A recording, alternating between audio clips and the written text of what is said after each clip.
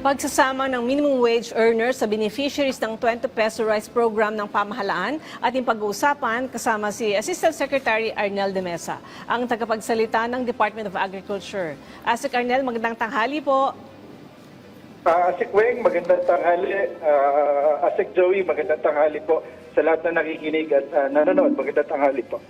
Asek, pinaplano na rin po ba na isama ang minimum wage earners sa 20 peso rice program ng pamahalaan? Tsaka ano po ang detalye at kailan po ito inaasahang maipatutupad?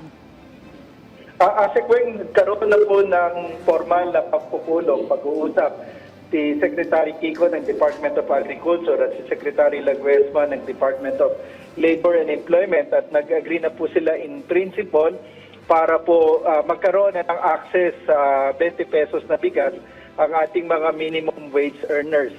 Nagkaroon na rin po ng paunang identification ng mga beneficiaries, around 120,000 wage earners sa buong bansa. Nasisimula na po natin sa susunod na buwan ng Hulyo, at inaayos na lang po yung scheme at magkakaroon na po ng allocation ang ating mga minimum wage earners simula po ngayong buwan ng Hulyo. Asek, nabanggit nyo na may paunang identification na nung magka-qualify. Pero paano po yung magiging proseso para makinabang itong mga manggagawa sa P20 Rice Program? Patuloy yan na pinag-aaralan kung ano yung pinakamagandang paraan para mas maging episyente at mas madali para sa ating mga minimum wage earners na mabili nila yung nasabing bigas. At napag-usapan din yung initial allocation para sa kanila at makakaasa sila na gagawin natin yung pinakamaganda at eficienteng paraan para sa kanila. Asek, sa naging pulong ng DA at ng DOLE, napag-usapan din po ba kung saang mga lugar muna unang ipatutupad itong 20 peso rice program sa mga minimum wage earners? Asik Weng, ay na rin sa utos ng ating Pangulo na talagang mas maraming mga Pilipino at mga kababayan natin na makinabang dito ay napagkasunduan na gagawin na to nationwide. At yun nga, base sa datos ng DOLE, yung initial doon sa ating vulnerable sector na pumipila sila at depende, hindi natin kabisado kung sino agad sila. Dito sa minimum wage earners, galing sa listahan ng DOLE, identify agad natin sino yung ating mga beneficiaries. Asek, sa usapin naman ng supply, although nasagot naman ito ng Pangulo, no, sasapot po ba yung supply ng ating bigas ngayong may nadagdag po na sektor? At ano po ang makahakbang ng DA para matiyak na sapat ang supply ng bigas para maipagpatuloy ang programa? Asik Joey, dito sa minimum wage earners, ina-expect natin na mga 1.2 million bags, 1.2 million kilos kada buwan yung magiging allocation nila. So, tayo naman, meron tayong inallocate as per information galing kay Sep Kiko na 250,000 metric tons. So, 250 million kilos yan. So, yung supply natin galing sa National Food Authority, sinisigurado natin na sapat at makakaabot yan hanggang sa matapos yung December ngayong taon. Asek, ano po basically yung magiging role ng DOLE sa pagpapalawak nitong saklaw ng programa? Kasi bukod doon sa identification ng mga beneficiaries, identification kung sino-sino yung mga minimum wage earners, katuwang din natin sila para masigurado na mas magiging madali yung pag-implement natin. Of course, kung meron din silang coordination sa atin, yung ating distribution at saka yung logistics arrangements ay mas madali rin, Asik. Sa ibang usapin naman po, Asik Arnel, ano naman po yung dahilan ng DA kung bakit nito nirekomenda na manatili ang 15% tariff sa imported rice? Maraming aspeto ito, Asik Joey, pero pangunahin dito na gusto natin, of course, na maging tuloy-tuloy, na mababa yung epekto ng inflation sa buong agricultural economy. Napaka-importante yan sa buong ekonomiya ng ating bansa.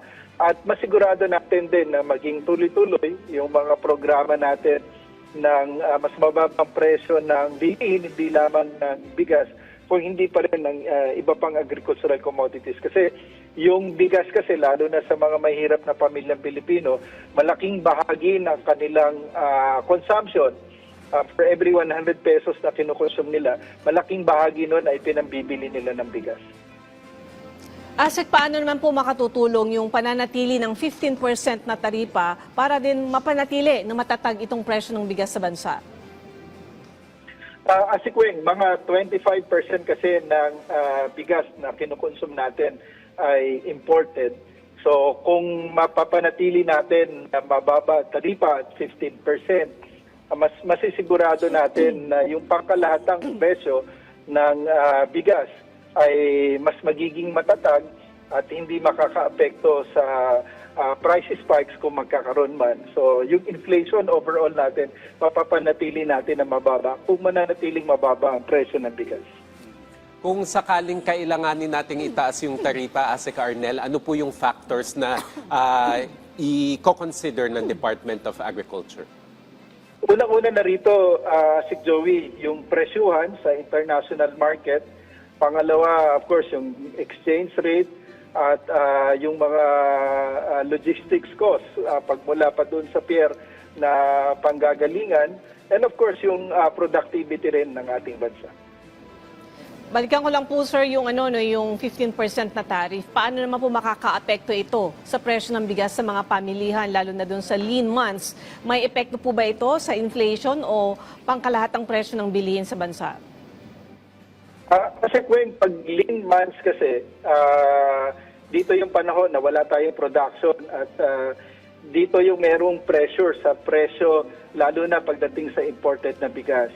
So, napaka-importante, lalo na sa panahon ng lean months, ay masigurado natin na yung imported na bigas ay maganda ang presyuhan para hindi maapektuhan din yung presyo ng lokal na supply natin. So, yung timing is really important to make sure natin na mapapanatili natin na matatag ang presyuhan ng bigas. Asek Arnel, ano naman po yung magiging epekto ng mababang taripa sa mga magsasaka natin? At meron po ba tayong mga programa para maprotektahan o masuportahan ang lokal na industriya ng bigas habang mababa yung taripa? Ang maganda rito, Asik Joey, kahit mababa yung taripa ay tuloy-tuloy yung mga assistance ng ating pamahalaan.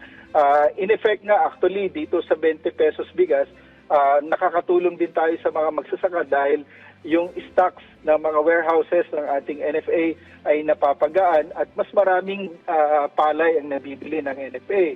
Katunayan dito, yung Bulacan warehouse ay nagbukas at mas maraming palay ngayon na mabili at ongoing din ngayon yung construction, rehabilitation ng iba pang warehouses.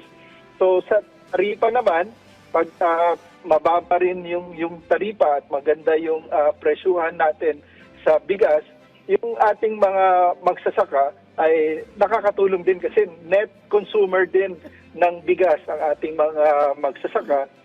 Nakakatulong din ito para sa kanilang mga expenditures na ma-relieve yung kanilang ibang gastusin. So in effect, nakakatulong din yung mababang taripa sa ating mga magsasaka sa kanilang araw-araw na consumption, hindi lamang sa bigas, kundi sa iba pang pagkain na pangangailangan nila. Okay, Asek, panghuli na lang, mensahe niyo na lang po sa ating mga kababayan.